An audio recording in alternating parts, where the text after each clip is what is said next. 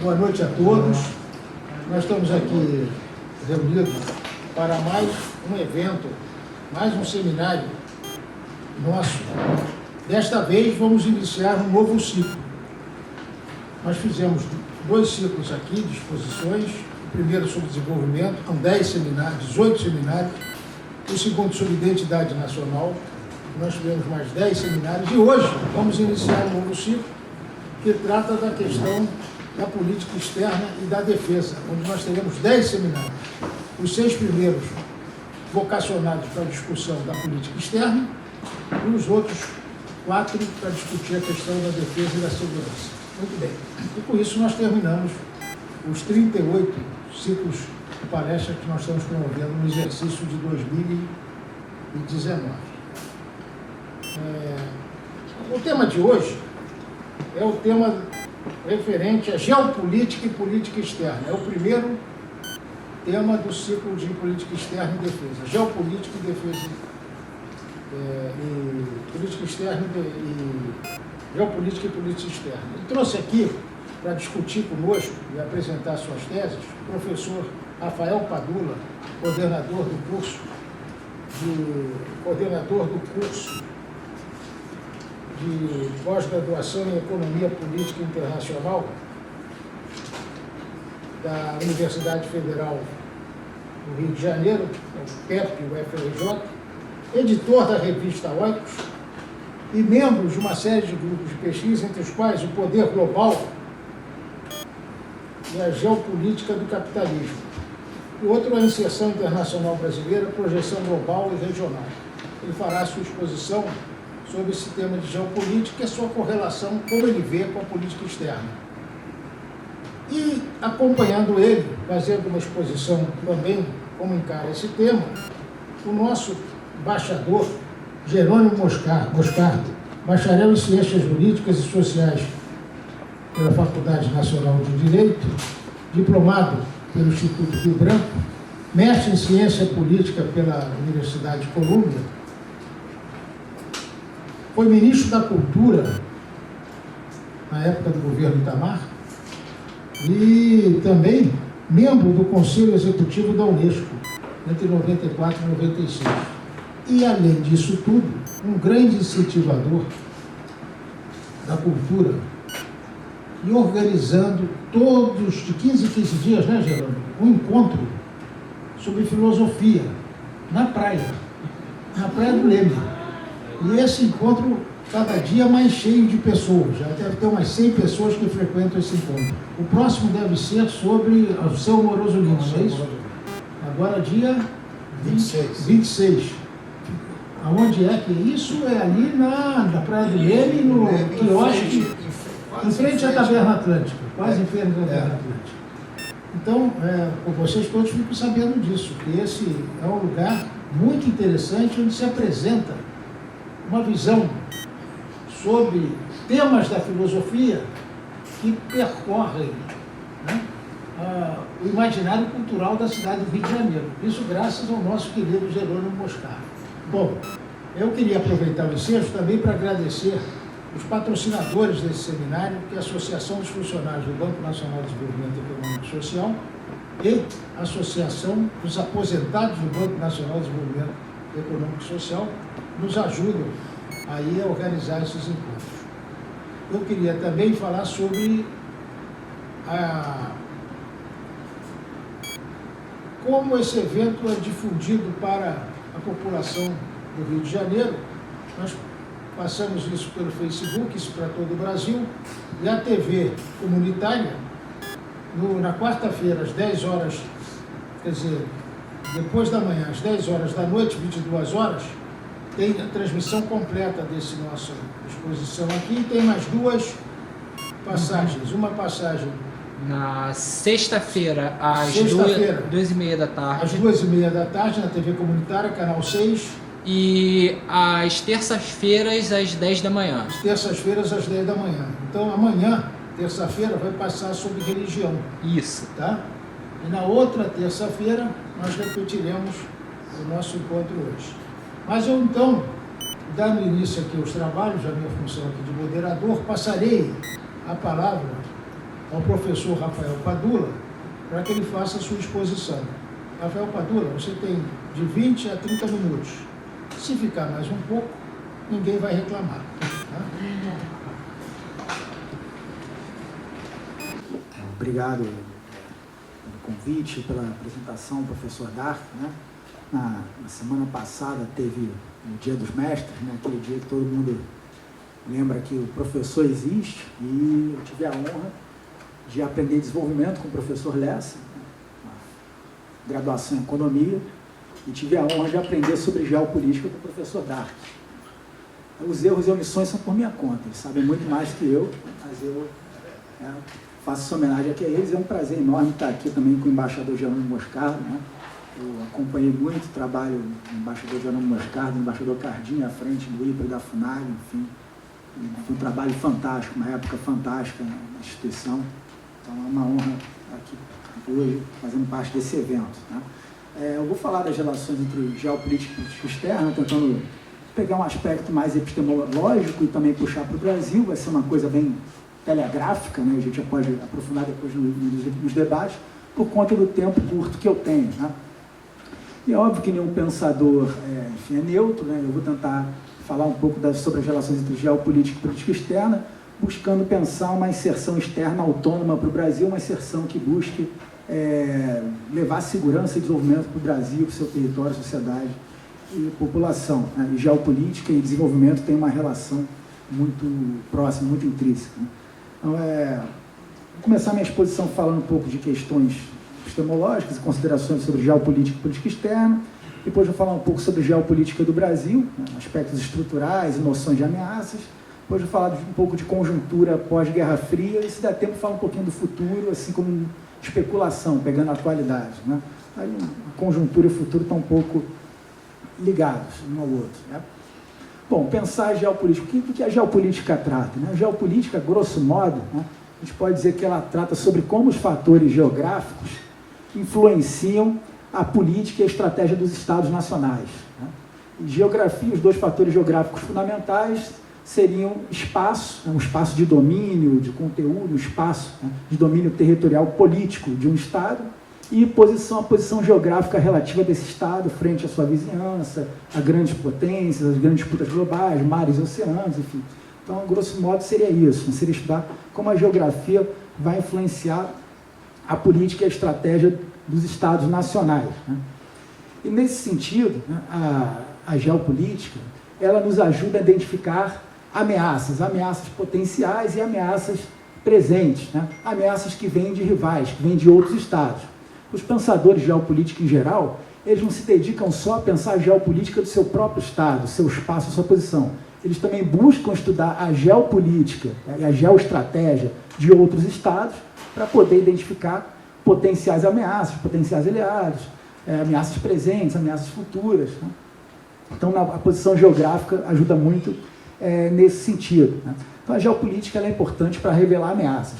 Num sentido mais amplo, a geopolítica, né, seria um instrumento então, para identificar ameaças e buscar prover segurança, e ela vai entrar de forma subsidiária no planejamento estratégico de forma mais ampla. Um planejamento estratégico onde vai estar presente também a política externa, a geografia, a geopolítica também influencia a política externa, onde vai estar a política de desenvolvimento econômico, tecnológico, enfim. Planejamento estratégico muito amplo, os manuais da Escola Superior de Guerra, o Golbery falavam muito sobre isso, né? A geopolítica entra como um elemento subsidiário aí para ajudar na formulação da estratégia mais ampla, o que hoje em dia se chama de grande estratégia, né? Que conjuga política externa, política de segurança e defesa, política econômica e tecnológica, né? Que devem ser coerentes, pelo menos do ponto de vista idealístico, devem ser coerentes e buscar uma forma de inserção no sistema internacional para um Estado que corresponda à visão de mundo do grupo, né, que está no poder e está formulando aquela grande estratégia. Então, ao mesmo tempo, a geopolítica ela é influenciada por elementos estruturais, né, elementos mais de longo prazo e permanentes, mas também há elementos conjunturais que podem influenciar a ação geoestratégica, a ação de política externa e, enfim, a geopolítica de um Estado, né. E a geopolítica, né, ela é inerentemente interdisciplinar, né. Os pensadores geopolíticos, os formuladores de geopolítica, eles não falam só de geografia e política, eles falam da demografia, falam da antropologia, falam de toda a dinâmica antropogeográfica, estudam a história, a economia, levam em conta os elementos econômicos, a dinâmica econômica, né? Levam em conta a dinâmica política, a formação estatal, vários elementos são considerados, então um pensamento bem amplo, né? E a partir desse pensamento que se pode fazer a relação entre geografia e geopolítica com a política externa de um Estado, né? Mas então a gente está falando aqui o tempo todo de geopolítica, política externa, a gente fica sempre com uma visão voltada para fora, né? Com a ideia de ameaça externa. E realmente a geopolítica pensada, né, na sua origem, a geopolítica clássica, pensada por autores anglo-saxões, dos países centrais, ela tinha muito essa visão, dentro daquela rivalidade entre as grandes potências europeias, né, no final do século XIX, início do século XX, quando nasce o pensamento geopolítico, eles estão identificando ameaças externas e estão pensando, né, a geopolítica e a geoestratégia dos seus estados diante dessas ameaças externas.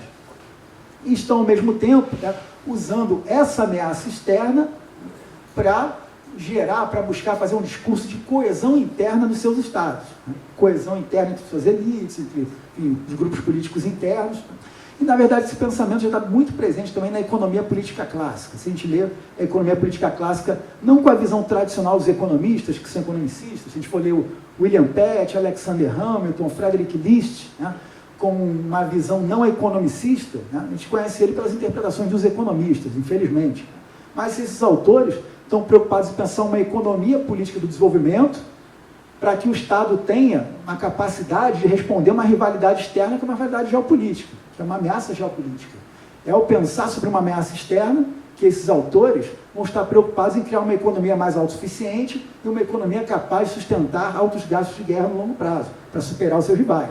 O Pett quer que a Inglaterra supere a França, supere a Holanda. O List quer que a Alemanha se torne independente, se una e supere a Inglaterra, se torne autônoma em relação a qualquer possível influência britânica. O Hamilton em relação à Inglaterra também, enfim. É nessa linha que a economia política clássica nasceu. E na geopolítica, a economia também aparece assim. A economia aparece como setor estratégico para pensar essa autonomia, essa independência do Estado e como ele vai se colocar diante de rivalidades geopolíticas. Então, o que eu estou chamando a atenção aqui é o seguinte: nesses países centrais, nos seus pensadores, né, a questão da rivalidade interestatal, da ameaça externa, aparece como elemento fundamental para fazer um discurso de coesão interna, coesão social e política nacional, e inclusive para justificar políticas de desenvolvimento econômico, industrial, tecnológico, que são importantes para a robustez da economia, para o setor industrial, que é importante para a indústria bélica, para a autonomia nacional, para a autarquia nacional, né? E olhando então para esse ambiente geopolítico, isso vai criar esse amálgama interno que vai fazer com que eles possam praticar uma política econômica de desenvolvimento que vai para uma determinada direção, que vai favorecer determinados grupos e que pode favorecer outros, mas que esses outros grupos vão aceitar em nome da segurança nacional, em nome de combater uma ameaça externa que é real, que é visível. Então esse é o discurso dos países centrais. Aí qual é o problema que surge? Né?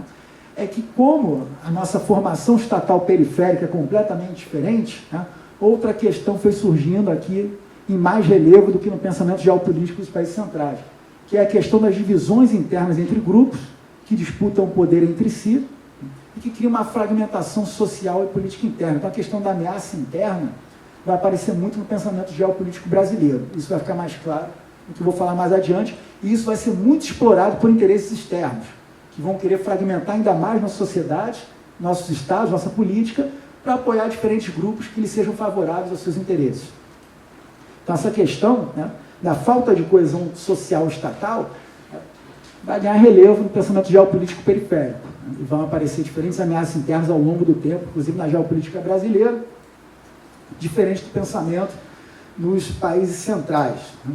Não que não apareça lá, o Ratzel falava que a Alemanha era muito fragmentada, mas ele estava preocupado com a rivalidade com a França e com a Inglaterra. O List estava preocupado com a divisão interna da Alemanha, dos Junkers e dos industrialistas, mas ele consegue criar o discurso da amálgama.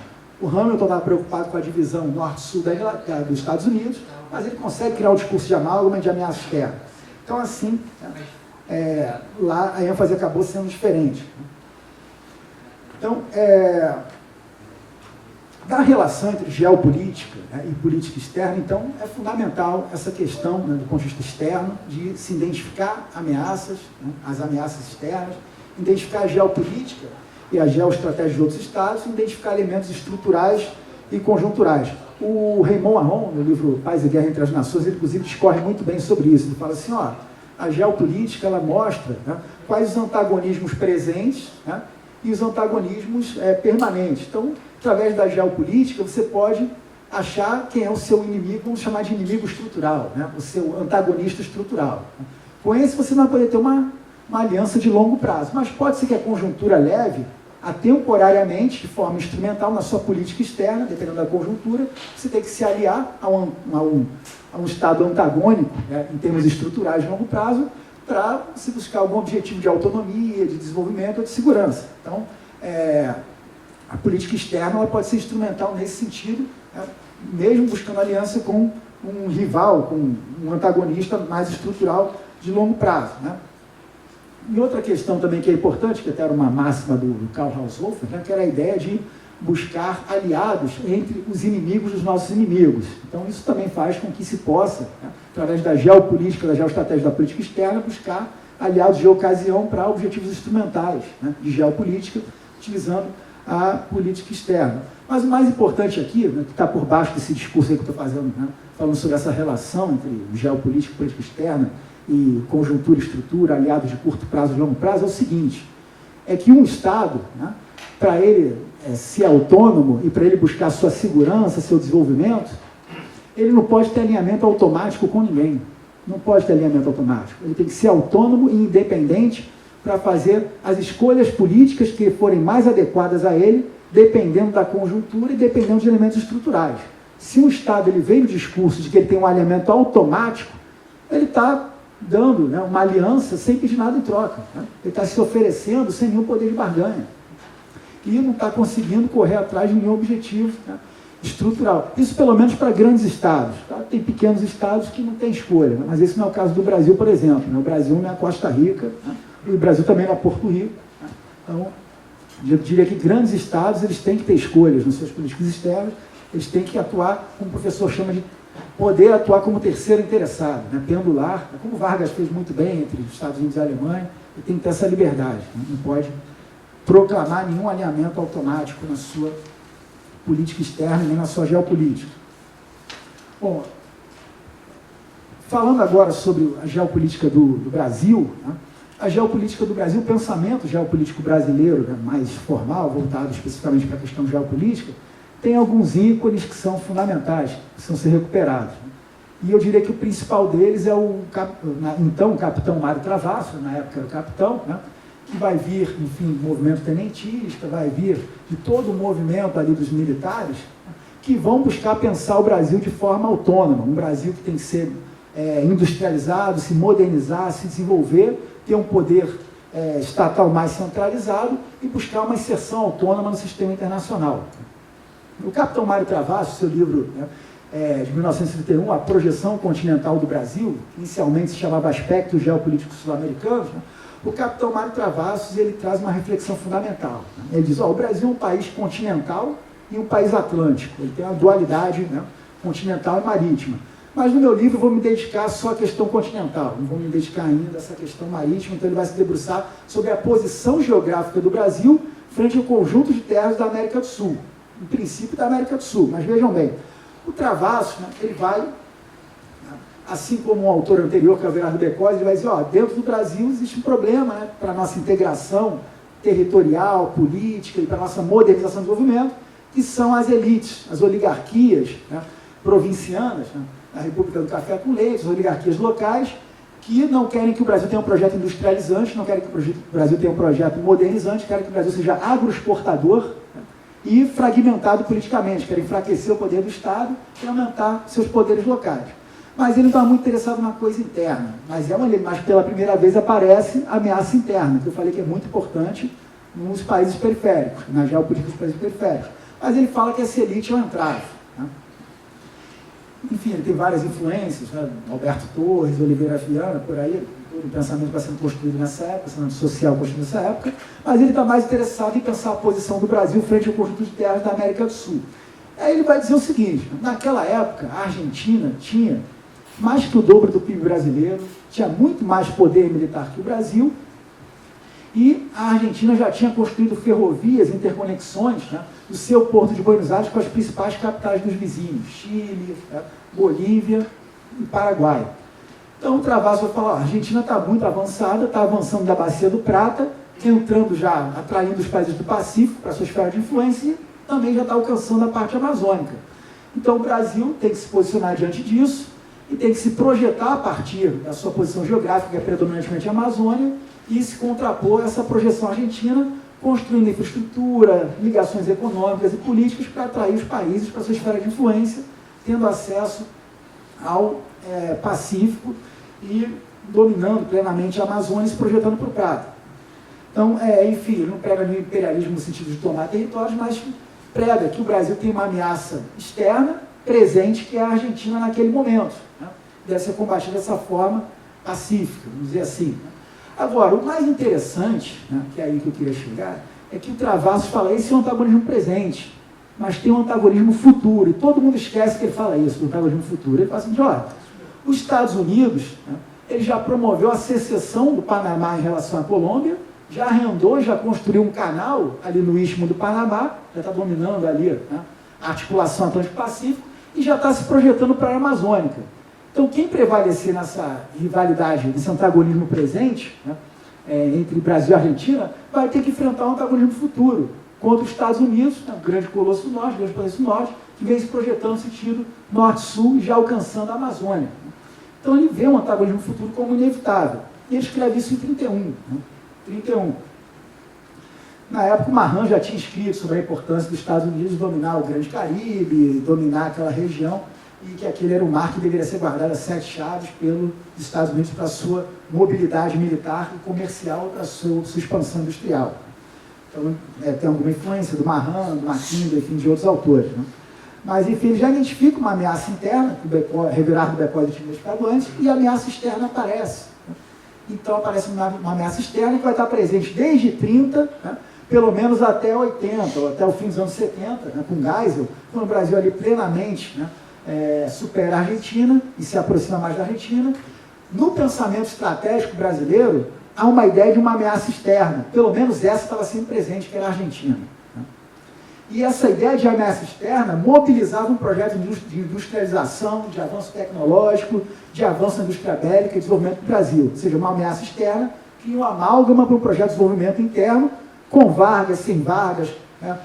Com os militares sempre ali cerceando o poder, mas no pensamento militar brasileiro, entre 30 e 80, havia um pensamento estratégico que olhava para a ameaça externa, mas olhava para uma industrialização e modernização com a intervenção do Estado. E foi isso que construiu o Brasil que nós temos hoje. Não foi liberalismo econômico. O liberalismo tentou destruir o Brasil várias vezes e fazer o Brasil uma grande fazenda. Então, foi esse pensamento que construiu o Brasil. Não foi pensamento, né? Não foi influente no governo, o pensamento da CEPAL, infelizmente não, do Celso Furtado, do Raul Preves, não foi. Foi o pensamento militar brasileiro que construiu essa formulação estratégica e o tempo todo teve ali cerceando o Estado, influenciando o direcionamento político dessa grande estratégia. Então, esse pensamento foi evoluindo. No contexto geopolítico da Guerra Fria, na conjuntura, né, o Golbery, Couto e Silva, né, identificou ali a Argentina como uma ameaça, o Brasil devesse buscar uma articulação sul-americana, mas ele mudou a noção de ameaça interna, ele colocou uma ênfase na ameaça interna, que seria uma ameaça consubstanciada por grupos subversivos internos ligados ao comunismo soviético, a ideologia comunista soviética veio de fora, e daí se mudou então a ênfase em um outro inimigo interno, e isso ficou prevalecendo na doutrina de segurança nacional durante a Guerra Fria, e o Golbery pregou naquela conjuntura da Guerra Fria uma ideia de alinhamento preferencial com os Estados Unidos, que prevaleceu até os anos 70. Os anos 70, no próprio pensamento geopolítico brasileiro, né, o Meira Matos vai fazendo uma mudança, e Meira Matos vai ficar muito claro que os Estados Unidos, né, não tinha nenhuma política de desenvolvimento a convite para o Brasil, os Estados Unidos não tinha nenhum plano Marshall, não tinha nada disso para o Brasil, nem para a América do Sul, não tinha nada a oferecer para o Brasil, tem um favorecimento econômico ou militar robusto, né, dava só migalhas. Né? Então, essa noção foi mudando. O próprio Geisel buscou uma política externa independente. Né? Entre os militares houve uma divisão, os que buscavam, né, uma posição mais independente em relação aos Estados Unidos, mais autônoma em relação aos Estados Unidos, e os que continuaram na linha do alinhamento estratégico com os Estados Unidos. Então, o grupo do Geisel, que é a favor da autonomia, chega ao poder, o Geisel vai buscar na política externa essa autonomia, né? E o próprio pensamento geopolítico brasileiro vai mudando com o Meira Matos, né? Que vai pensar, inclusive, a questão da Amazônia de forma fundamental. A Amazônia como uma plataforma para a integração sul-americana, para que os países sul-americanos resolvessem seus problemas de desenvolvimento e dominassem efetivamente aquela área, afastando cobiças externas. Ele escreve isso no livro dele, A Geopolítica Pan-Amazônica, de 78. Mas então a gente tem as duas questões andando juntas, a ameaça interna e a ameaça externa, né? Pensando então a vizinhança brasileira, o entorno estratégico, né? E numa área muito rica em recursos naturais, né? A América do Sul, ela é muito rica, muito conhecida por ser rica por causa da Amazônia, mas a Bacia do Prata é riquíssima e com um baixo custo de extração, um baixo custo político e econômico de extração, né? na Bacia do Prata, com vários recursos, né? Recursos primários, alimentícios, minerais, energéticos, água doce, hidrelétricos, enfim, né? E não é muito falado da Bacia do Prata, não é muito badalado. E agora nós temos a Amazônia Azul, o pré-sal, que também é muito badalado, né?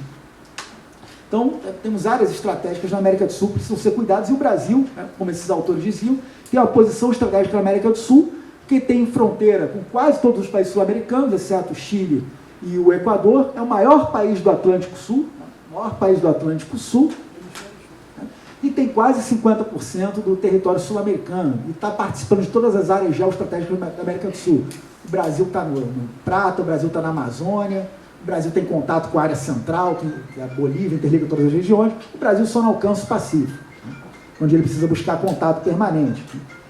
Bom, e nesse sentido, por outro lado, né,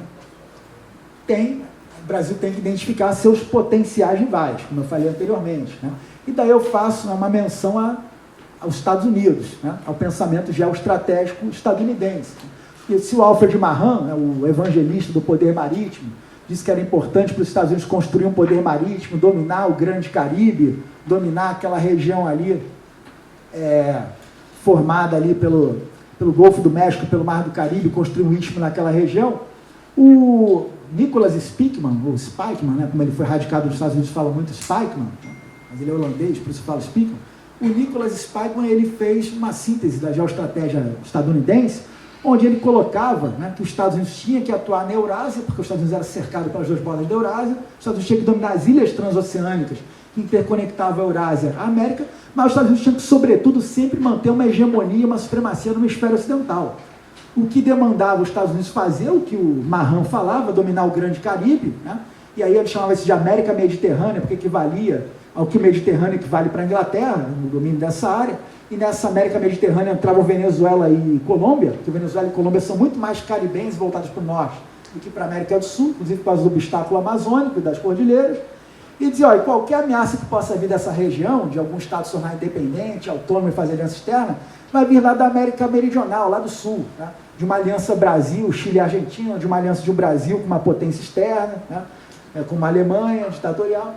Então, o Spykman vai trazer a ideia de que os Estados Unidos não deve deixar que nenhuma potência ou aliança de potências venha a surgir na América, no hemisfério ocidental. Ou seja, qualquer projeto de Brasil potência, de Brasil independente, Brasil autônomo, ou de Brasil que venha se aliar à Argentina e Venezuela, ou fazer um Mercosul ou um Unasul, é um projeto que desafia os interesses estratégicos dos Estados Unidos. Os Estados Unidos interessa um interesse geoestratégico permanente, estrutural, que ele tenha sempre a supremacia na região. Isso não quer dizer que o Barão do Rio Branco não tenha utilizado muito bem uma aliança com os Estados Unidos para estabelecer as fronteiras brasileiras, ou que no início o governo militar brasileiro não tenha usado muito bem uma aliança com os Estados Unidos. Isso quer dizer que uma aliança com os Estados Unidos pode ser algo conjuntural, instrumental na política externa brasileira. Ele é um antagonista estrutural, então não é algo permanente, né? Então tem que ser algo bem instrumentalizado, e a gente nunca pode fazer um discurso que a gente é aliado automático dos Estados Unidos. A gente não pode ter alinhamento automático com ninguém, muito menos com o nosso antagonista estrutural, que é os Estados Unidos. E é esse pensamento do Spykman, que vai guiar toda a geoestratégia estadunidense até hoje. Os Estados Unidos não vai sair da OTAN, nunca vai sair da OTAN. Os Estados Unidos nunca vai sair do Oriente Médio, nunca vai sair da... e nunca vai perder a supremacia, né, na América do Sul. Então, e o Spykman ainda era muito legal, porque ele falou assim, então, os pequenos estados, ou os estados mais fracos, a menos que eles se unam, eles vão ser nada mais do que vácuos e pesos na balança de vácuo político e pesos na balança de poder das grandes potências. Então, quem não quis não escutou. Ele disse o seguinte, se vocês não se unirem aí no Sul, vocês vão ser peso na balança de poder dos Estados Unidos. O que os Estados Unidos queriam, em última instância, que se alguma potência ou aliança viesse dominar a Eurásia, os Estados Unidos podiam utilizar mesmo a força para unificar a América sob seu domínio, porque a América seria capaz de fornecer para ela todos os recursos para que a América que os Estados Unidos formasse um sistema autossuficiente sob o comando de Washington.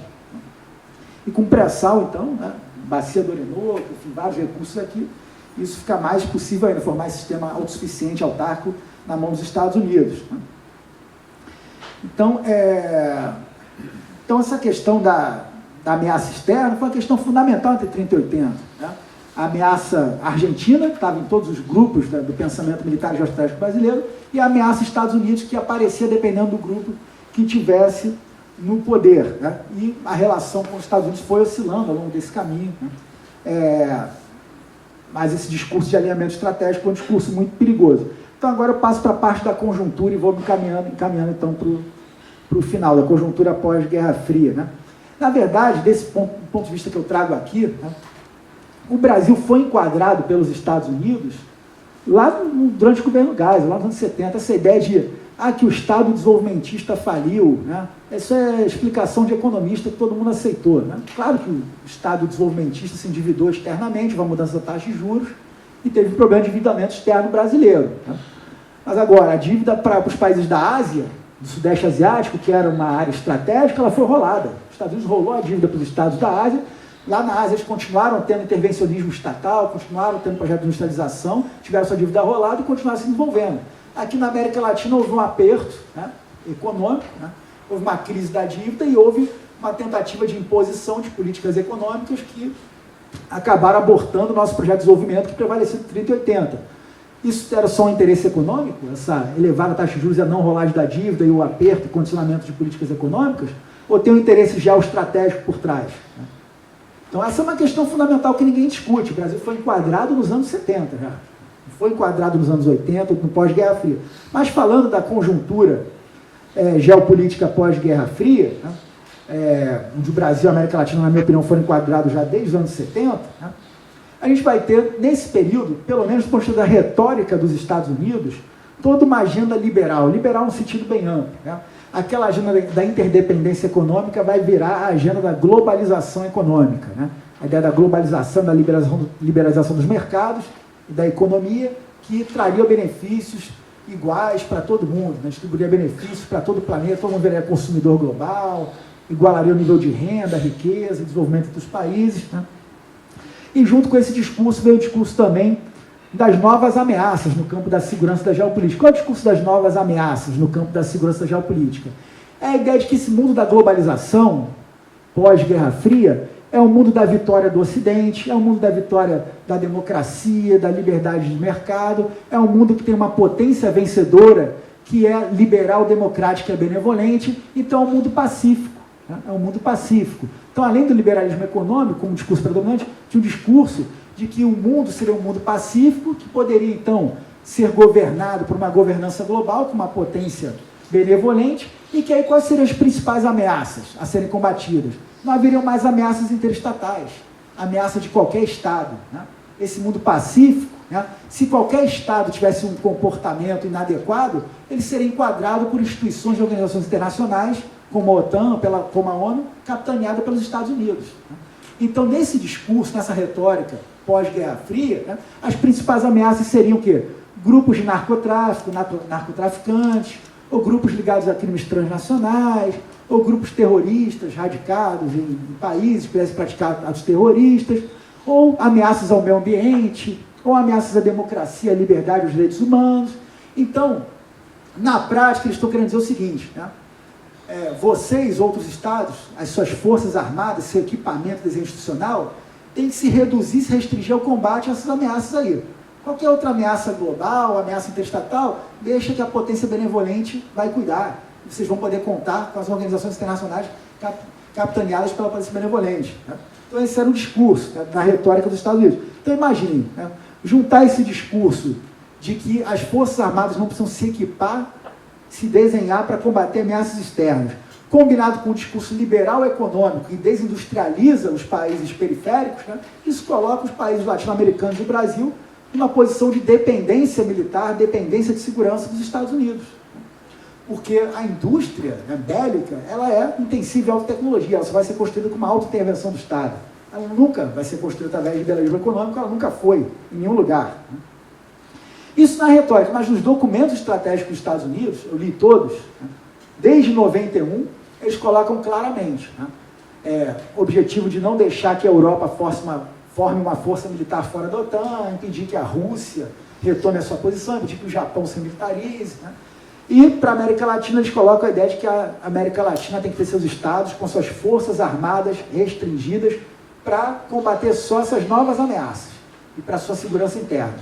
E atuar de forma coadunada na OEA e na ONU com os interesses dos Estados Unidos. Eles colocam isso desde 91, junto com o discurso de levar o liberalismo econômico e a ALCA para a América Latina, né? Então, isso combinado, né, coloca nossas forças armadas com o objetivo de ser o quê? De serem polícias, né? O objetivo das nossas forças armadas, nesse discurso, seria o quê? Matar narcotraficante. Brasileiro mata brasileiro, latino-americano mata latino-americano.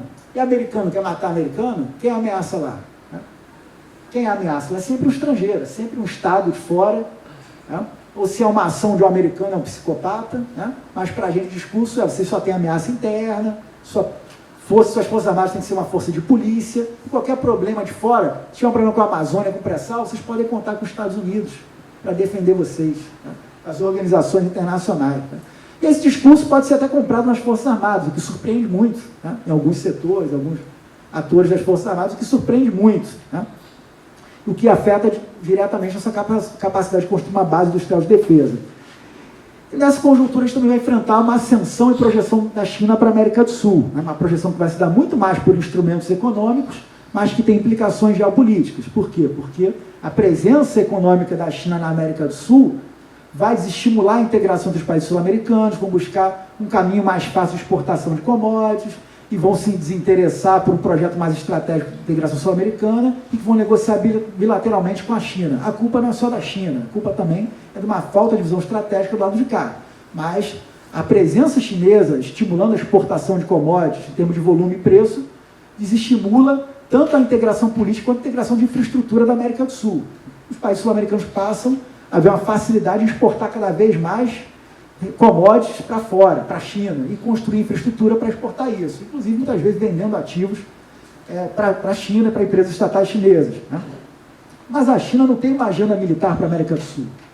A China não tem nenhum interesse, né, de ter uma supremacia militar na América do Sul, ter bases militares na América do Sul, e a China não busca difundir nenhuma agenda econômica ou nenhuma agenda ideológica de segurança para a América do Sul. Então, com a China é possível a gente ter algum alinhamento, né, instrumental, ter alguma aliança instrumental na nossa política externa, se a gente souber negociar com eles, se a gente souber barganhar com eles, se a gente souber o que a gente quer, né? Meu tempo é muito curto, mas uma vez eu fui num encontro com um think tank chinês e tinham pessoas da academia brasileira, enfim, do empresariado brasileiro, enfim, da diplomacia brasileira. Eu lembro que os brasileiros falaram para os chineses assim: olha, a gente quer que a China venha aqui investir na energia elétrica, investir na soja, investir em minério, investir na infraestrutura para a gente levar isso para fora de forma eficiente.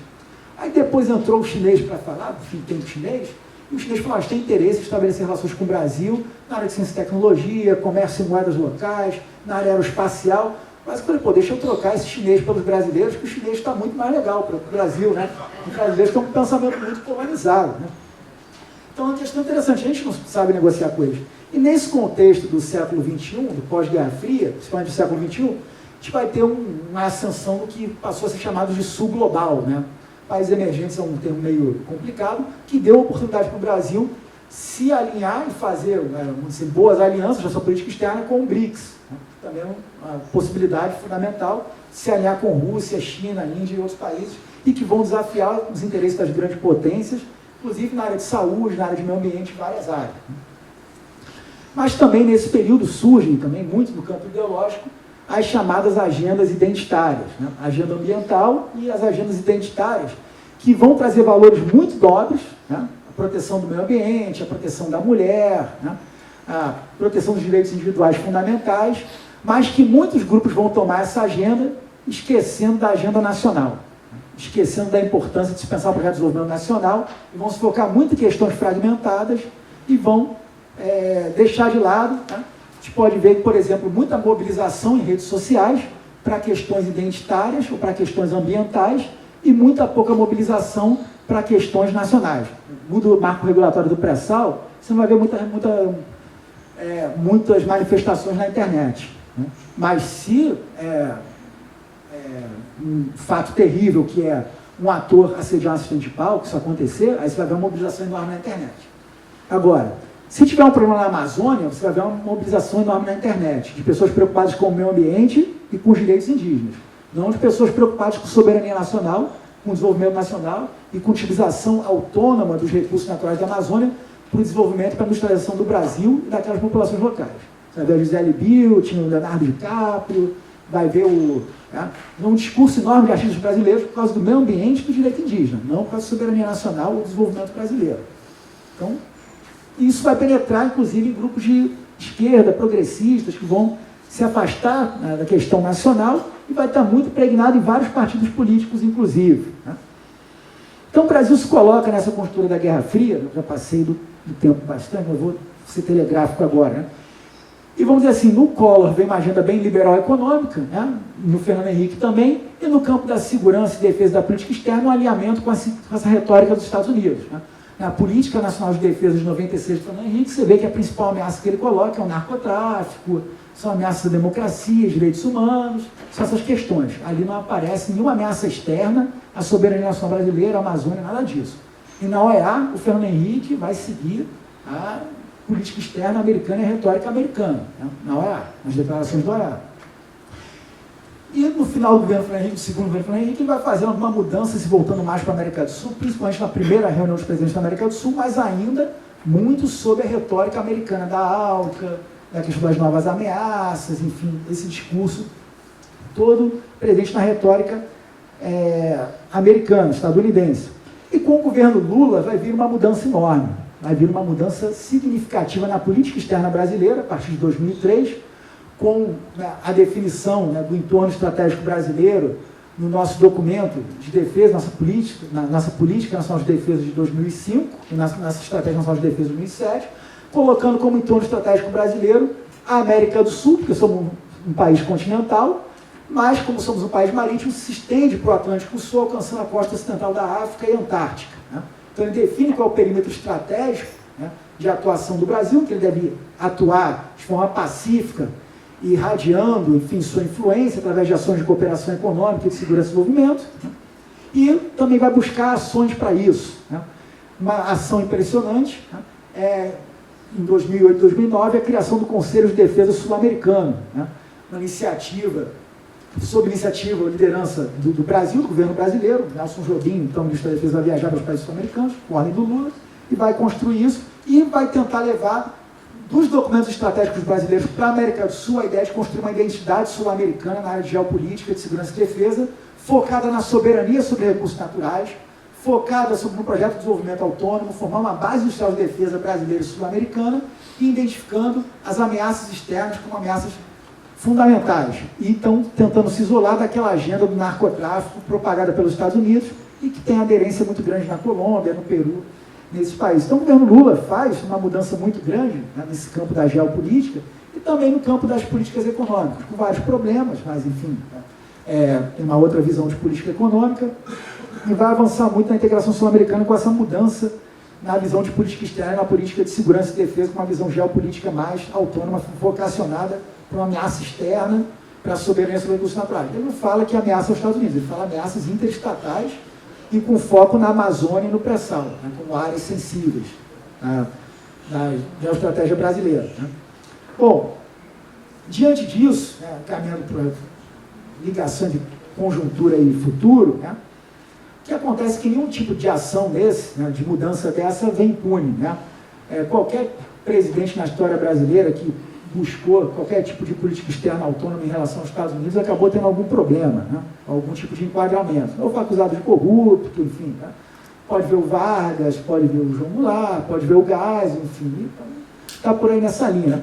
Os próprios documentos de segurança dos Estados Unidos, o National Security Strategy, no governo Trump, começou a pregar a ideia de que a corrupção em outros países, a corrupção global, né, era um problema de segurança que deveria contar com o apoio dos Estados Unidos para ser combatido. Né?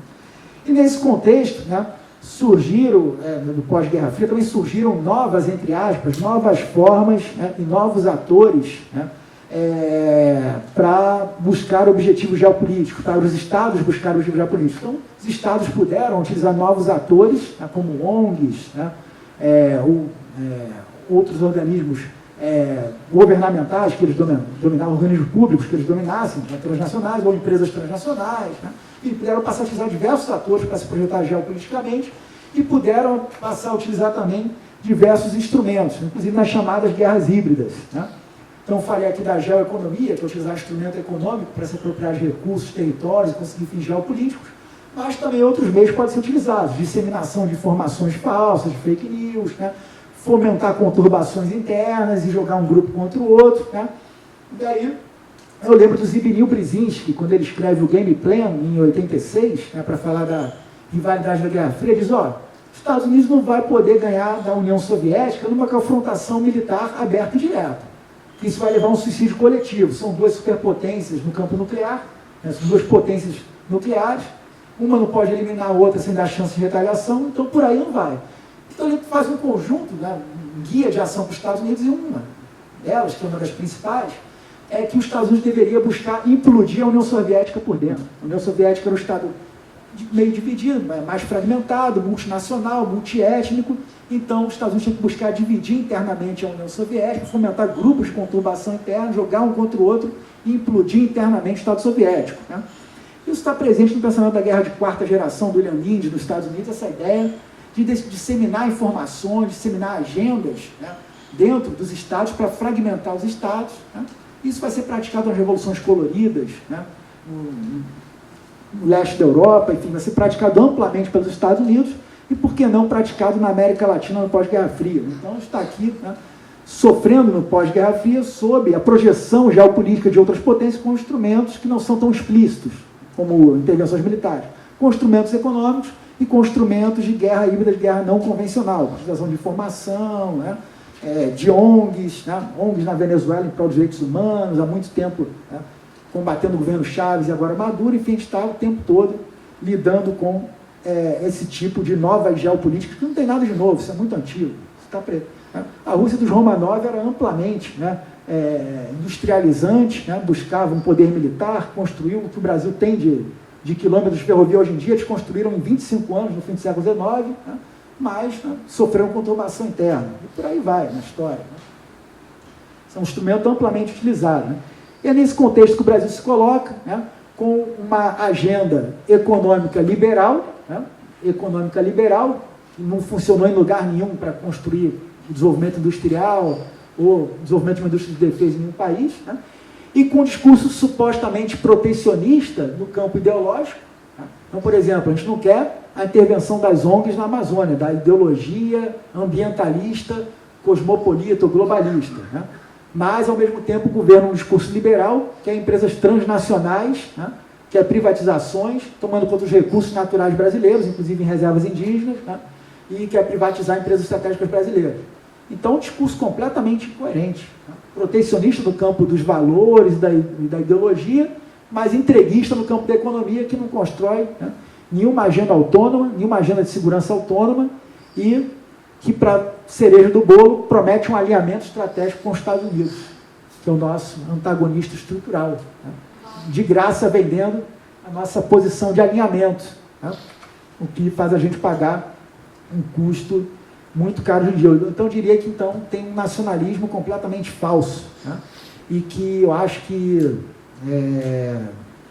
a grande possibilidade de resgate aí pode estar, né, ou em atores importantes, né, ou desses atores importantes da academia brasileira, pelo menos aqui pensa, né, levar, quem sabe, o pensamento estratégico brasileiro de volta o Mário Travassos, né? Levar lá para o pensamento estratégico brasileiro de volta o Mário Travassos, que identificou uma geopolítica verdadeiramente que busca Meira Matos, né? Meira Matos falou muito de integração sul-americana para a autonomia brasileira. Vamos buscar esses autores aí, Terezinha de Castro, que falaram realmente uma geopolítica nacionalista de verdade, industrializante, autonomizadora e independente para o Brasil, né? E não esse nacionalismo falso que caiu. Obrigado pela atenção, desculpa pela atenção. Muito obrigado, Rafael. Eu acho que você fez uma belíssima exposição, escorreu sobre os temas que nos ameaçaram, nos ameaçam e nos ameaçarão. Agora eu passo a palavra ao meu embaixador Jerônimo Moscardo para que faça a sua exposição. Também 20 a 30 minutos. Meus senhoras, meus senhores, primeiro agradecer ao DARC, que hoje é a grande expressão da geopolítica no Brasil. Agradecer ao Rafael Padula, com quem eu concordo 100%. É uma esperança que o meio universitário, que as elites estratégicas do Brasil estejam tão conscientes e tão competentemente articuladas. Eu felicito aqui essa exposição feita pelo Rafael Padula, inclusive evocando Mário Travassos, que eu por acaso conheci Mário Travassos, conheci Meira Matos e fiquei muito ligado à geopolítica. Mas eu vou aqui contar uma história. Não vou ter uma abordagem teórica, vou ter uma abordagem de contar um episódio da minha vida diplomática. E nesse episódio, estabelecer um diálogo com vocês sobre a atualidade brasileira. Eu estava como embaixador em Bruxelas. Depois de ter estado em Paris, eu fui a servir na Romênia, em Bucareste, e depois voltei como embaixador em Bruxelas. E me pediu audiência um professor, historiador da Universidade de Louvain, professor Ed Stolz. Iniciou a conversa de uma maneira muito agressiva.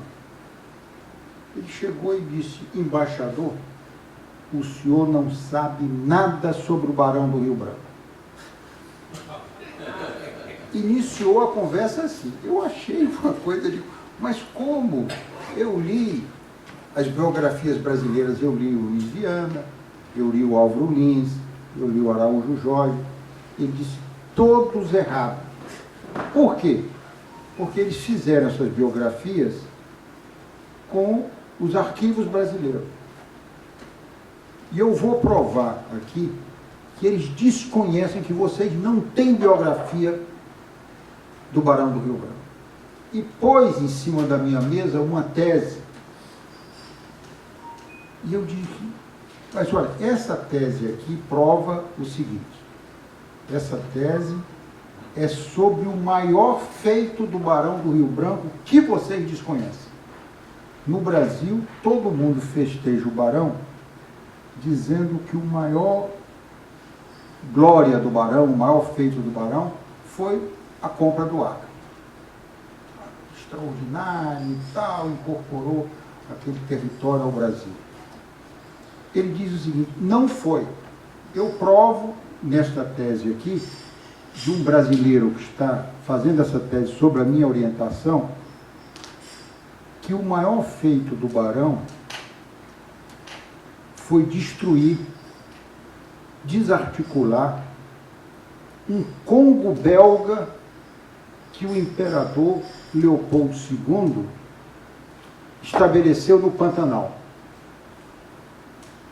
No fim do Império e começo da República, o Leopoldo II comprou, ali naquela região de Cáceres, uma grande propriedade e iniciou, primeiro, ele iniciou uma produção, produzindo gado, uma criação de gado, em que eles exportavam para a Europa extrato de carne. E depois eles acrescentaram não só a carne, tinham 40 mil cabeças de gado. Depois eles acrescentaram uma grande ambição na área da borracha. Então eles vieram para lá com a carne e a borracha. Eles haviam, uma grande propriedade que eles chamavam Colônia dos Descalvados.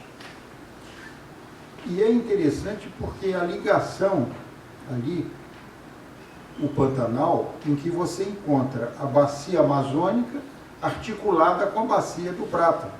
O coração do Brasil, o coração geopolítico do Brasil está ali. O Leopoldo II, que tinha na África o Congo belga, como propriedade particular dele, trouxe, inclusive, militares da Bélgica e arteava a bandeira. Inclusive, o governo pediu ao governo brasileiro que reconhecesse a seu estabelecimento lá como consulado.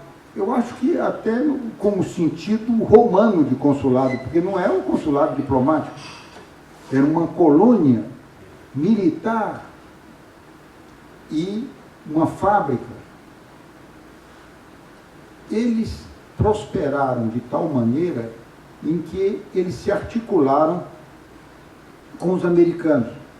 Então, eles fizeram um pacto e o Barão do Rio Branco soube disso através de notícias de Bruxelas, inclusive da Sociedade de Bruxelas, porque a esposa do Barão do Rio Branco era belga. E quando o barão soube disso, ficou realmente em pânico e mandou fazer gestões em Washington. E lá nessa época era o Assis Brasil, o nosso representante, era um gaúcho muito ativo, e dizia ele, é preciso mostrar aos americanos que isso é uma violação à doutrina Monroe. Eles querem estabelecer uma colônia africana, tipo africano, aqui no coração do Brasil. E os argumentos foram apresentados com muita veemência e tal. E os americanos chegaram a uma conclusão e mandaram dizer ao barão, bem, se nossas companhias não tiverem prejuízo, nós nos retiramos. Mas nós não podemos ter prejuízo. Eu estou agora resumindo a vocês, porque eu trouxe essa tese para cá, e quando cheguei no Brasil, eu fui nomeado presidente da Fundação Alexandre de Gusmão. E eu rapidamente editei o livro. Então esse livro, essa tese, está toda editada aqui, e é uma coisa absolutamente extraordinária. E que o Ministério, inclusive, que os autores de biografias do Barão não querem ouvir falar nessa tese. E essa tese diz o seguinte, que existe, e agora eu pergunto os geopolíticos aqui, existe a ideia de que o Brasil não sofreu ameaças internacionais, que durante um período, e era um período de expansão dos grandes impérios. Olha, nós tivemos, inclusive, coisas absolutamente extraordinárias. eu servi em Moscou e nós lá negociamos os relatórios da missão Langsdorff ao Brasil. O czar mandou aqui o cônsul do Rio de Janeiro fazer uma grande exploração da bacia do Paraguai e depois da Amazônia. E nós fomos, inclusive, pedir os relatórios com a ideia de aquilo que ele queria caçar borboletas. Quando era um plano, eles pensaram em se estabelecer aqui. Naquela época, você havia expansão na África, o imperador Leopoldo II quis se estabelecer na China.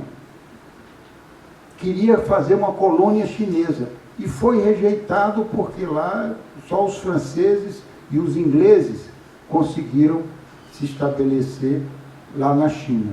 Então ele decidiu vir ao Brasil. E essa ameaça configurada é algo absolutamente extraordinário. Eu fiquei impressionado porque lendo essa tese, vocês, olha, os belgas na fronteira oeste do Brasil. Isso, inclusive, pode ser baixado no Ministério. Esse livro pode estar digitalizado, pode ser baixado no Ministério. Eles dizem o seguinte, você veja, como é que o Brasil pode dizer que não houve ameaça à sua integridade territorial quando o imperador, o Leopoldo II, criou ele comprou todo o Pantanal. Era algo absolutamente extraordinário. Aqui, inclusive, é algo... Tem os mapas, eu enviei até os mapas para o Dark, é algo extraordinário. E os historiadores nacionais, todo mundo acha que nós nunca sofremos uma ameaça. Quando nós tivemos uma colônia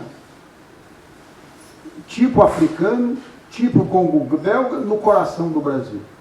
E o barão conseguiu levantar recursos, ele pediu empréstimos aos Rothschild e comprou as ações das companhias americanas. Aí ficou só uma perna, ficou a perna belga. E já ficou mais enfraquecida. E nesta oportunidade, como a colônia africana era uma propriedade pessoal do Leopoldo II, não era do Estado belga, era a propriedade pessoal dele. Então você teve a compra das ações da empresa americana, que se retirou.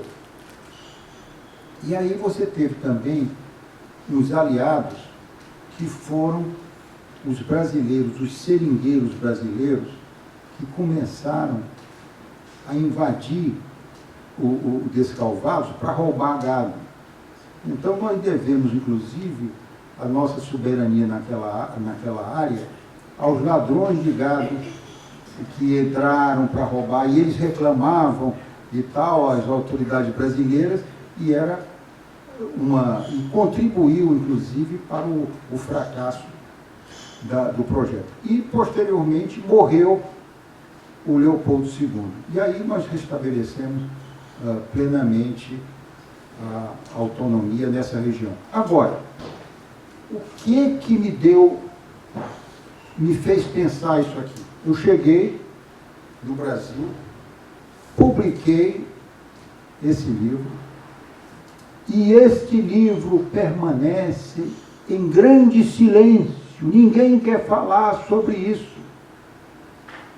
Porque todos os biógrafos do Barão não querem estragar a biografia que eles escreveram. Por quê? Agora, o Barão, que era um grande marqueteiro, naquela época ele era um grande marqueteiro, ele fazia propaganda e tal. nesse assunto o Barão calou-se. Agora, eu até pergunto aos senhores, até eu faço pergunta até o Padula, eu tenho uma hipótese sobre isso. Por que que o Barão não falou sobre a compra das ações da companhia americana? Eu presumo, lembra, quando ele comprou o Acre, o Rui Barbosa iniciou uma grande campanha contra ele. Aliás, nós não queríamos o Acre foi quase que imposto ao Brasil e o Brasil teve que comprar. Sob a liderança do Plácido de Castro e com os nordestinos lá na Moacha, nós conseguimos dominar e aquela núcleo de brasileiros ofereceu-se ao Brasil e criou-se um fato consumado e o Brasil acabou tendo que comprar o Acre. E o Rui Barbosa fez uma campanha incrível contra o Barão, que aquilo era um absurdo comprar aquele território e não sei o quê. Agora, imagine se o Rui Barbosa descobrisse na época que o Barão tinha comprado o nosso próprio território. Eu acho que ele estaria em Curitiba hoje. O Barão estaria em Curitiba, todo enxovalhado, com essa história, porque é algo para discutir com grandes entendidos em história, que é uma presunção. Agora, eu faço uma segunda suposição.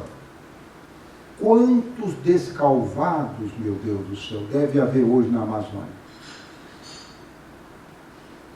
Se esse aí passou dessa maneira, hoje, com estas ONGs aqui, espalhadas por toda essa vastidão do Amazonas, e dinheiro estrangeiro, e agora, eu imagino como está aqui. Quando cheguei também, eu entrei em contato com o Aldo Rebelo. E o Aldo Rebelo escreveu um trabalho sobre Raposa e Serra do Sol, que eu recomendo aos senhores. Muito, e me pediu, e eu até escrevi as orelhas desse livro. E no caso Raposa Serra do Sol, eu vim a imaginar que o que aconteceu no Pantanal aconteceu na Raposa e Serra do Sol. Olha, existe essa área em que nem general brasileiro pode mais circular. Nós criamos, importamos, estamos criando o problema das nacionalidades no Brasil. É algo absolutamente extraordinário e que o nosso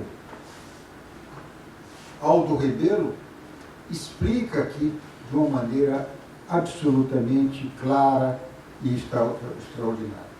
Qual o nome do livro?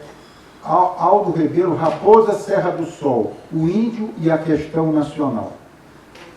E é algo inacreditável o depoimento que faz aqui o Aldo Rebelo, porque ele, como presidente da Comissão de Relações Exteriores na Câmara, visitou e debateu. Foi algo inacreditável a luta que ele teve. Bem, então eu fiquei impressionado, primeiro, com essa nota sobre a biografia do Barão, que aqui no Brasil nós estamos procurando a história útil. Vamos buscar essa verdadeira história e não nos enganar com mentirinhas. E também verifiquei algo. Eu verifiquei, quando eu estava na Unesco, quando eu saí do Brasil, do Ministério da Cultura, e eu saí do Ministério da Cultura por causa da Amazônia.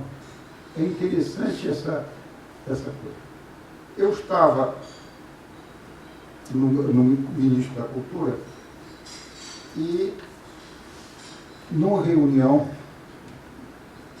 presidida pelo presidente Itamar Franco, com todos os ministros e mais os governadores da região, todos. Fernando Henrique, ministro da Fazenda, declarou na época que não tinha recursos para a Amazônia. Só havia recursos para contrapartida de projetos internacionais. Ou seja, só havia recursos para projetos de estrangeiros na Amazônia. Não havia.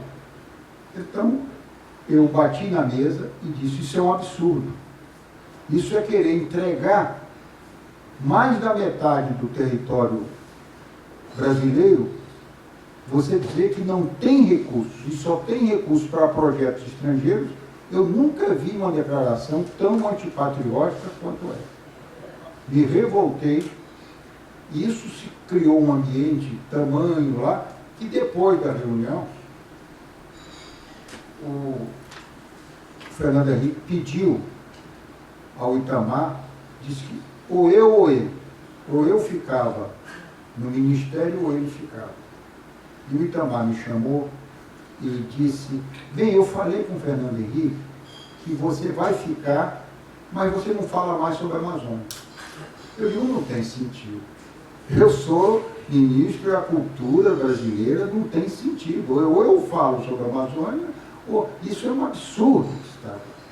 E eu, na época, fiz uma carta para ele. E se me desculpe, eu vou agora ler para vocês a carta que eu fiz para o Itamar, porque é algo interessante. O que eu, na época, não tinha noção do que poderia ocorrer na Amazônia, mas intuí que aquilo era um absurdo o que ele estava dizendo. E agora eu estou vendo, com essas ONGs, com essas coisas, eu estou vendo a loucura que era. E quando cheguei em Bruxelas, completei o quadro. Eu digo, não é possível, que coisa incrível como a minha atitude foi, num certo sentido, profética. Desde que, honrado, atendi ao chamado de Vossa Excelência para ocupar-me da pasta da cultura, tive e tenho norte permanente o de jamais faltar a lealdade para com o chefe do governo e a amizade para o homem íntegro, honesto e totalmente dedicado ao bem do Brasil. Firme na orientação superior de Vossa Excelência, tratei de mobilizar o país, de despertar a cidadania, de revolver a classe artística e cultural para resgatar a autoestima, recuperar a esperança, restaurar o otimismo e a fé dos brasileiros em si próprios e no Brasil. Tratar assim a cultura como centro da agenda nacional exige mudança substancial de comportamento e atitudes, requer uma autêntica revolução, e toda revolução é movida a sacrifício, desinteresse, entusiasmo e fé. Fé nos homens que a lideram e fé nas gentes que a farão vitoriosa. É por ter fé na liderança de Vossa Excelência e por ter fé no Brasil que ele insurjo contra a mentira e contra o faz de conta. E a verdade, senhor presidente, é que o Brasil é um continente, um país grandioso, que jamais abdicou de sua capacidade de fazer história e que não tem o direito de ser modesto.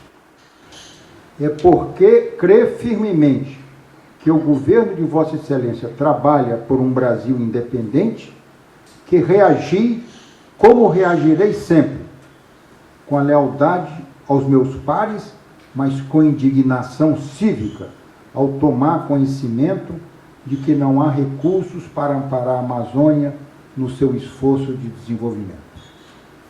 Ora, senhor presidente, é inadmissível que não haja recursos para desenvolver mais da metade do território brasileiro, que desde o projeto de internacionalização do Instituto da ILEA é objeto permanente de cobiça estrangeira.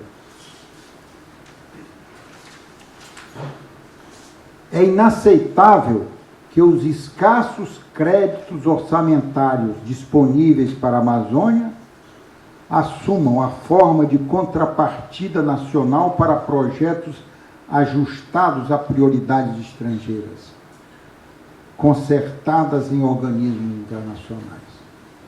A Amazônia é assunto que interessa à cidadania e a todos nós. Porque, afinal, é em nome de todos nós que o governo estabelece suas prioridades. Recuso-me a aceitar que a Amazônia não constitua uma delas. O Brasil nunca se fez com timidez. Onde estariam nossas fronteiras? Será que teríamos um parque industrial? Brasília existiria se tivesse o Barão do Rio Branco, Vargas e Kubitschek obedecido à lógica econômica de seu tempo? O arrojo, a ousadia, o destemor é que serviram de instrumentos para os grandes homens que marcaram com sua mão a história da pátria. E é por lealdade a Vossa Excelência que apontam o faz de conta. Depois de 400 anos, em que a custa de patriotismo conservou esse imenso e riquíssimo território, onde prevalece uma unidade cultural única no planeta, não posso crer que haja chegado para o povo brasileiro o momento de renunciar a esse projeto nacional que tanto lhe custou e ajustar-se às miúdas e fugazes exigências de mercados mais ou menos manipulados que acabam por exigir o sacrifício da própria moeda, substituída pelo dólar, dolarização que constitui um caminho sem retorno, desastroso, como demonstra o empobrecimento do povo argentino. É interessante que nessa época, nessa altura, o que se queria era a dolarização. Depois dessa carta, o Itamar não dolarizou, mas ele queria, o Fernando Henrique queria dolarizar, era naquela coisa. É esta ordem de ideias que preside meu ponto de vista com relação à Amazônia, onde todos esses elementos de juízos encontram sua condição exemplar. A respeito deste território, conflitam sempre a perspectiva brasileira e as visões importadas. Ser chamado a pronunciar-me sobre a Amazônia forneceu-me, assim, momentos privilegiados para reiterar ainda uma vez o que tenho repetido, que a chave para solucionar a crise brasileira reside na cultura. Somente a cultura é capaz de resgatar a autoestima brasileira, de recuperar nosso orgulho como povo, de reencontrar o caminho da identidade nacional. Somente a cultura poderá impedir que nos ajoelhemos, que nos alquebremos, que nos humilhemos frente aos cifrões dos outros. Na cultura, senhor presidente, a função do Estado, na lição nunca esquecida de Roquete Pinto, é dar ao povo um pouco do que ele gosta e muito do que ele precisa. O povo brasileiro precisa de verdade, é de que não se lhes minta e, principalmente, de que se não lhe faça crer que a felicidade é levar vantagem em tudo. Creio haver divisado em Vossa Excelência preocupações análogas. Daí vem a minha emoção e o prazer intelectual com que, sem concessão, pude até agora dar o meu concurso a seu governo, de que me honrei cada minuto em participar.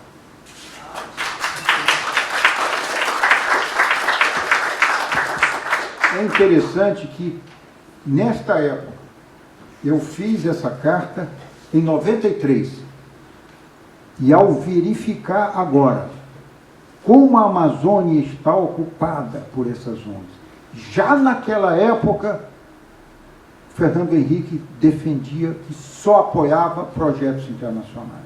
Você imagine como é que deve estar a Amazônia hoje.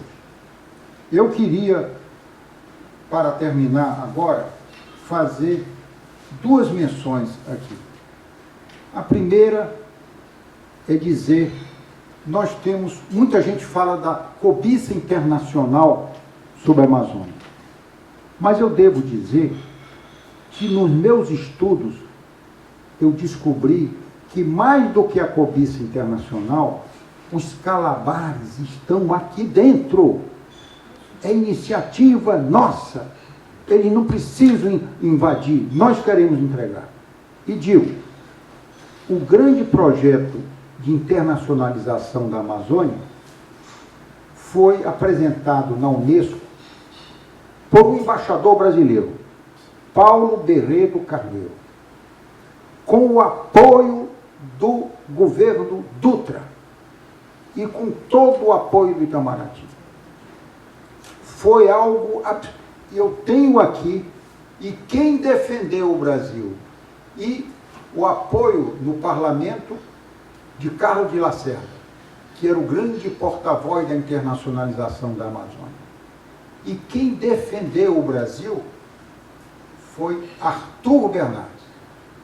Aliás, eu até imprimi, quando estava o discurso do Arthur Bernardes, em que ele rebate, em que ele denuncia, em que ele envergonhou a posição. Porque o que passa é o seguinte, às vezes a gente diz, não, a instituição, que instituição, coisa nenhuma.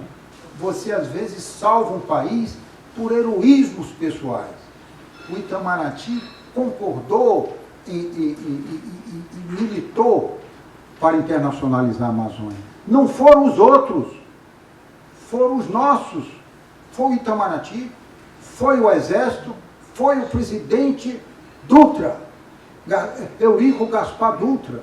É uma coisa inacreditável. E é interessante que Arthur Bernardes, este grande homem que se colocou, ele já não era presidente, era deputado por Minas Gerais, ele no Congresso derrotou o Lacerda e envergonhou todos, fez o Itamaraty retirar o projeto envergonhado e nós não aprovamos o projeto de internacionalização da ilha. Eu recomendo a vocês, leem, e a gente fica muito grato de ver que nem tudo está perdido. Como uma pessoa faz mudar o destino de uma nação. Eu queria fazer uma reverência especial a este Arthur Bernardes, que em a maioria dos livros de história só falam do desgoverno e tal, e ninguém fala, porque como ele era nacionalista, naquela época, inclusive, vocês lembram que inventaram até uma carta apócrifa para que o exército derrubasse, inventaram uma carta contra ele, inventaram uma carta porque ele era nacionalista, militante nacionalista. E Getúlio Vargas, eu queria fazer o Getúlio tem sido tão maltratado, e eu queria fazer uma referência, porque eu servi nas Nações Unidas, e foi o meu primeiro posto. E aí tive como chefe um grande embaixador, Araújo Castro. E o Araújo Castro dizia uma coisa interessante: a gente deve fazer tudo o que os americanos fazem, menos o que eles nos mandam fazer. A gente faz o que eles fazem, não o que eles nos mandam fazer. É uma coisa extraordinária. Nós somos senhores, nós não somos servos. E a ideia, quando eu vejo a maior negociação nas Nações Unidas, falam muito em programa das Nações Unidas, as Nações Unidas nunca construiu uma fábrica de leite em nenhum país do mundo. Uma fábrica de leite em pó, não constrói. O Vargas negociou Volta Redonda, uma coisa absolutamente extraordinária. Que negociação extraordinária! Outra negociação extraordinária de Getúlio Vargas, o grande negociador, o grande diplomata brasileiro é Vargas. Por quê? Porque ele negociou a retirada das tropas americanas do Nordeste no Brasil. Conseguiu, acabou a guerra, retire. E retirou-se.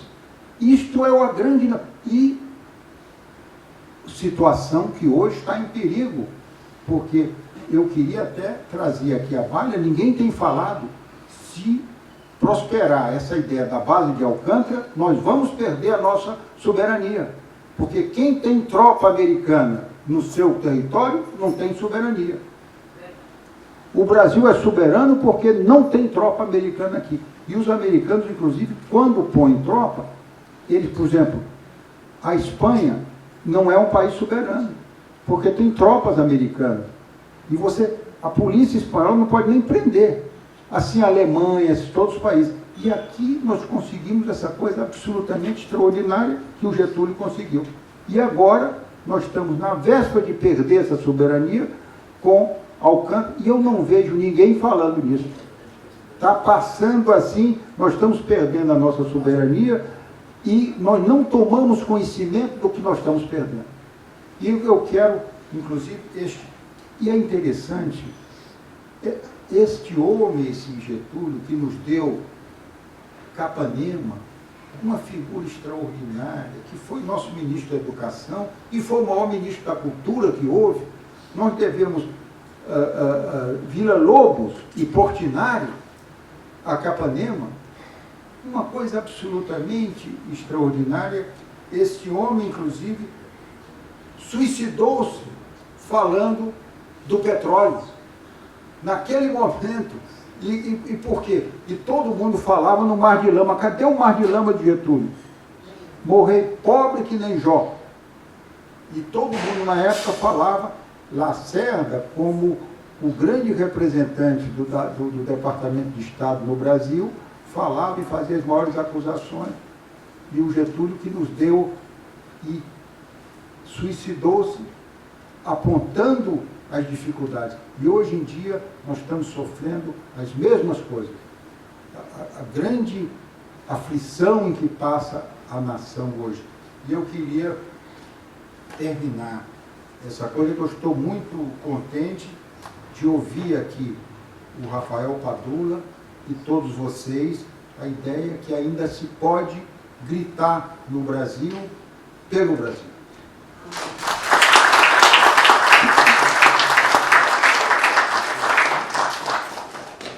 Bom, então nós vamos dar início agora à fase do debate, né? E vocês estão convidados a apresentar suas perguntas e cada um dos membros da mesa estarão aqui à disposição de vocês para responder essas perguntas. Quem é que se habilita a fazer alguma pergunta? E o fato do A nosso... senhora quer fazer um favor? Venha até aqui, porque aí a senhora será filmada, será acompanhada. Ajuda aí, Felipe. Aí passa aqui. Ajuda a senhora aí, passa o microfone.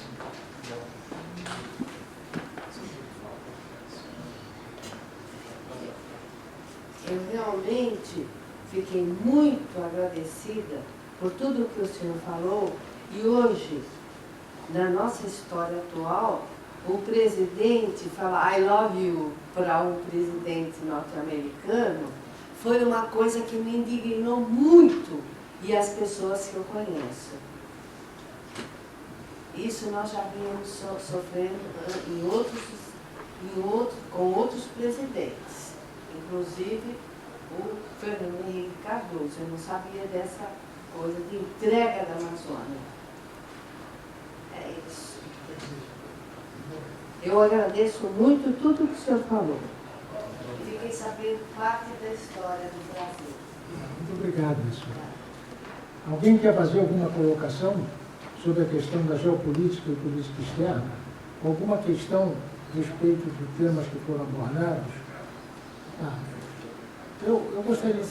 Não, eu vou estimular, vou fazer uma pergunta aqui aos membros da mesa, começando por você, Padula, que é a questão do projeto do Travassos. Eu sei que ele exprime esse projeto e, de certa forma, esse projeto conquista o imaginário do Estado Novo e ele é implementado em termos de ações geopolíticas, né?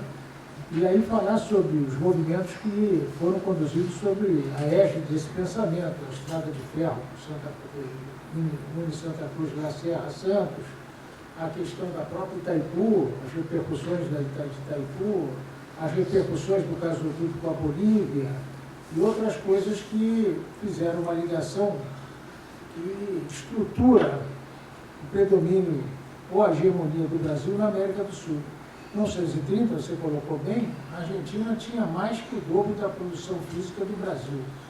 Aliás, quem conhece, quem viveu na França, como você viveu, sabe que os romances argentinos da década de 20, todos tinham um milionário argentino. A Argentina era tida como o país dos milionários. E o Brasil sai de uma posição periférica em relação à Argentina, né? Mediante o problema também das relações diplomáticas, o Brasil soube jogar muito bem nisso, aliás, como você mencionou aí, o Getúlio, né? Nós saímos de uma posição de ter metade da produção física da Argentina em 1930 para ter 4 vezes a produção da Argentina em 1980. O ciclo de desenvolvimento do Brasil entre 1930 e 1980 foi o maior ciclo do século XX de desenvolvimento. O Brasil saiu da 48ª potência ou capacidade de gerar recursos como país do mundo para a 8ª, isso em 50 anos. Um ciclo similar ao que a China atravessou nos últimos 40 anos.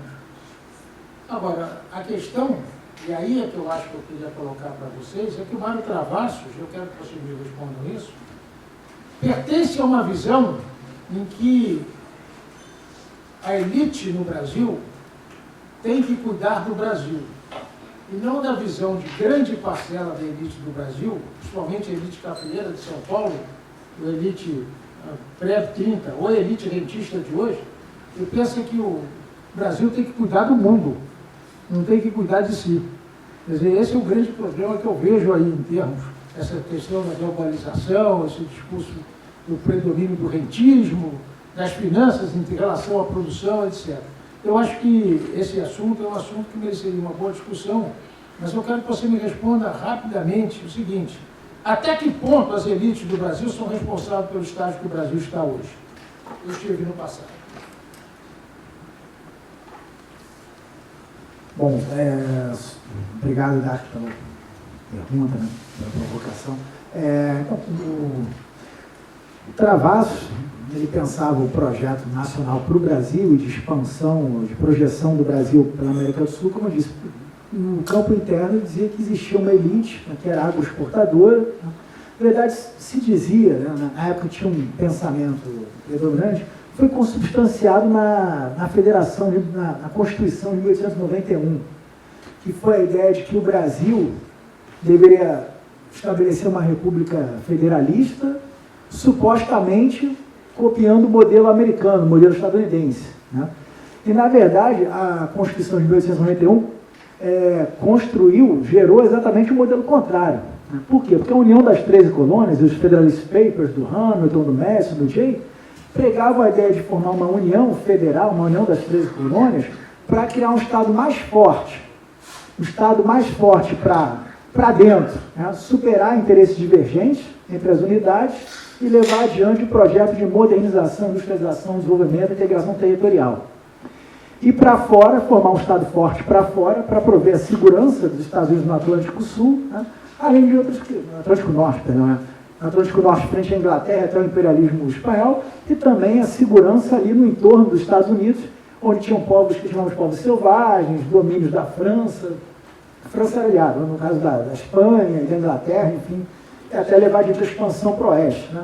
O federalismo aqui foi o contrário, o federalismo aqui enfraqueceu o papel do Estado, até hoje esse debate está em pauta com as elites. Enfraquecer o poder do Estado. Esse que é o federalismo que prego aqui desde 1891. Essa ideia de menos Brasil e mais Brasil é porque tem um Estado sem projeto nacional, um governo que não tem projeto nacional, não sabe o que fazer com o recurso, não tem um plano nacional viário de desenvolvimento, não tem um plano de industrialização, então quer entregar o dinheiro, parte que tem, na mão dos municípios, na mão dos prefeitos, porque não tem nenhum projeto nacional. Então esse federalismo é um federalismo que enfraquece o poder do Estado, em 1891.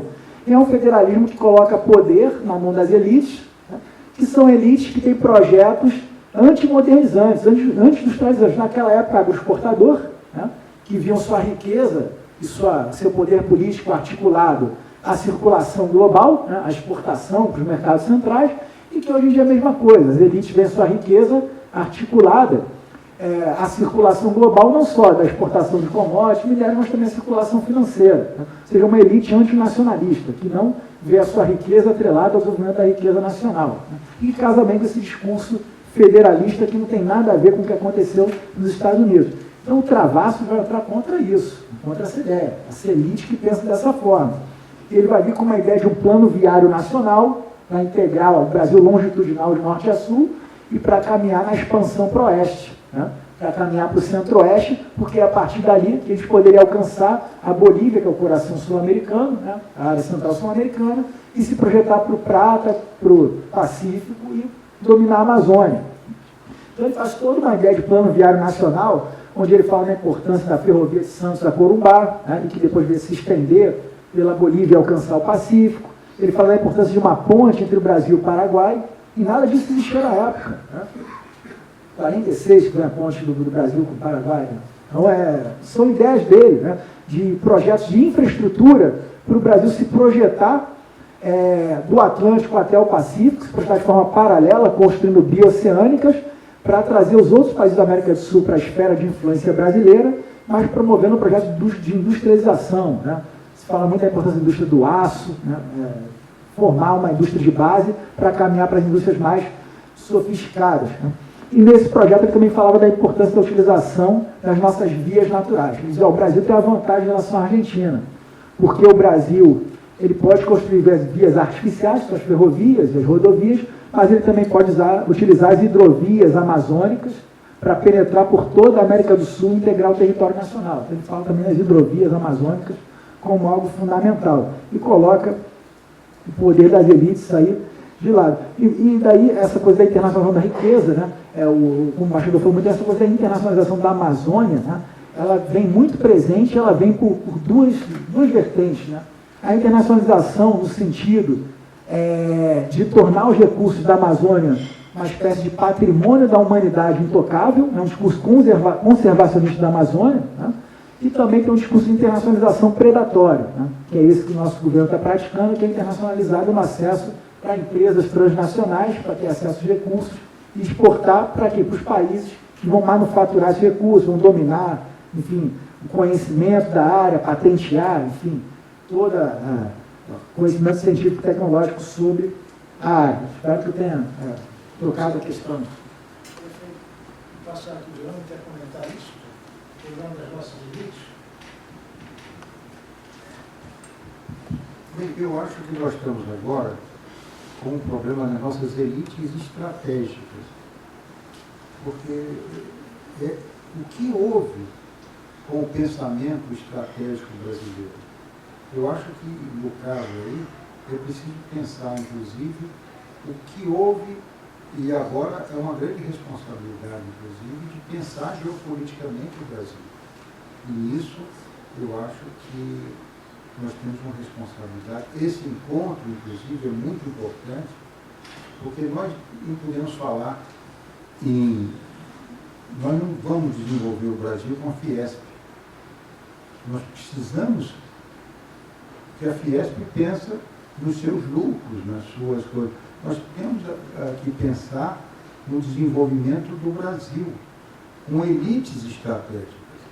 Eu acho que nós estamos aqui, o Dark, como um grande geopolítico brasileiro, tem uma responsabilidade. Carlos Lessa, inclusive, fez muito por isso, batalhou muito, toda a militância de Carlos Lessa em favor do Brasil, de um projeto brasileiro, de ser brasileiro. Mesmo no Itamaraty, eu vejo a grande militância de Azevedo da Silveira, de o Araújo Castro, a ideia, inclusive, do Samuel Pinheiro Guimarães, e já vinha, inclusive, com Gilberto Amado. Eu tive a oportunidade de ver a geração de Gilberto Amado.